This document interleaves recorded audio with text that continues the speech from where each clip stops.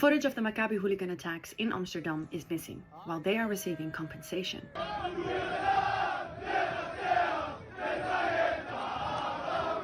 Maccabi Tel Aviv fans flew to the Netherlands for a football match in November 2024, with reports indicating that these included Mossad and/or Israeli police. Clashes then erupted after the Israeli hooligans provoked Dutch youth in Amsterdam, chanting racist anti-Arab slogans, tearing down Palestinian flags, and ignoring a minute of silence for the Spanish flood victims.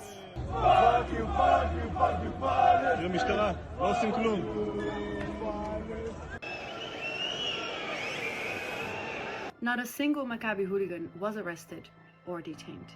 And we know from media reports that some of them actually served in Gaza. So they went to Gaza, were complicit in the genocide, and they came here on their genocide leave.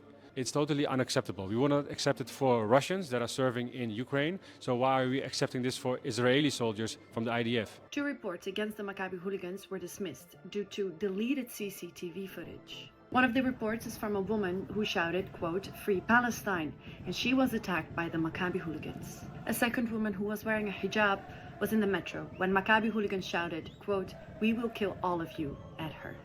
GVB, Amsterdam's public transport company, usually stores soundless footage for 2 weeks, but in this case, it was only, quote, "a few days." The footage was deleted too early, reportedly due to new equipment at GVB, and in the other case due to, quote, "automatic overriding." GVB points to the public prosecutor, stating that no request was made to preserve the footage. This makes prosecution of the Maccabi hooligans virtually impossible. There was also a taxi driver who went to a police officer and said he wanted to file charges and was denied. Something that really frustrates me is whenever I talk about my feeling of unsafety as a Palestinian, somebody is saying, hey, this is anti-Semitism.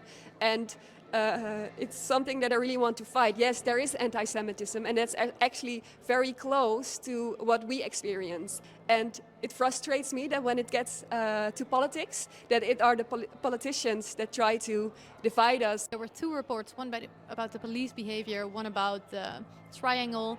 Both of them did not mention even once Muslim hatred or discrimination of Muslims, while they both mentioned anti-Semitism quite regularly. Het lijkt er echt op alsof de politie eigenlijk niks doet.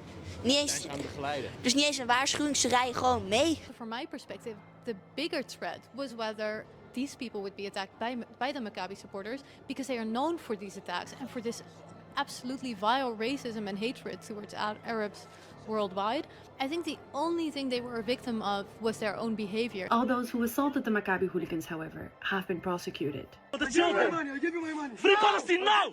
The judge handed down, quote, "prison sentences of up to 6 months and community service." The judge said the sentences are harsher than usual for similar violent offenses, and that, quote, "considering the seriousness of the acts and the context in which they were committed, a prison sentence is appropriate." What the judge means by, quote, "given the seriousness in context," is that the retaliatory actions were suspected to be anti-Semitically motivated. Haatdragende, antisemitische relschoppers en criminelen hebben gisteravond en gisternacht Joodse Israëlische bezoekers te gast in onze stad belaagd en in elkaar geslagen.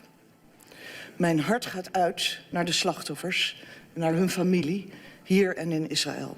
En ik begrijp heel goed dat dit de herinnering aan pogroms terugbrengt. A pogrom is a violent, often state-tolerated attack on a minority group. It typically involves, among other things, looting and destruction. The term is most associated with anti-Jewish or anti-Semitic violence. The Maccabi hooligans who attacked and tore down Palestinian flags were not seen as perpetrators.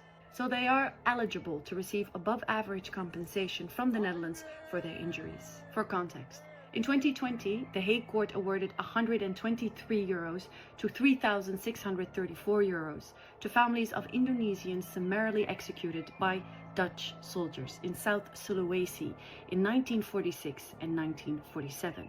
Most, quote, amounts were below average by Dutch standards, by the fact that most of the men who were shot were farmers earning about €100 per year at a time. Unlike the compensation for the Maccabi hooligans, which did not include murder, These payouts were shockingly low and granted 73 years later after a long legal battle, delaying victims' recognition and closure. So, how can the Netherlands justify compensating Maccabi hooligans who sparked the violence that can't be investigated due to deleted footage, while failing to recognize its own long history of discrimination? There's no justice for the Arab, Palestinian and Muslim citizens of Amsterdam in a country where Muslim hatred and institutional racism is still rampant and is also bleeding through in this situation. So there was one positive note coming from this debate.